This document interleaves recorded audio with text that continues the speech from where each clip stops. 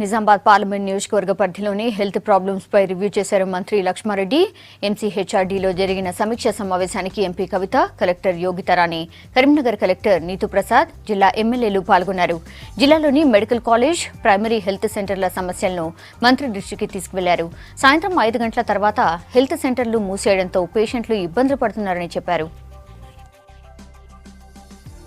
ముఖ్యంగా నిజామాబాద్లో hospital plus college అన్నటువంటిది మంజూరైంది. సో దానికి సంబంధించి ప్రజలంతా కూడా వెయిట్ చేస్తూ ఉన్నారు.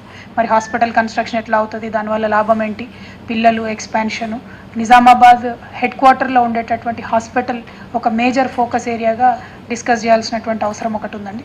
ముఖ్యమంత్రి గారు పాలసీ మంచిగా తీసుకుంటున్నారు, మీ డిపార్ట్మెంట్ బాగా పనిచేస్తుంది.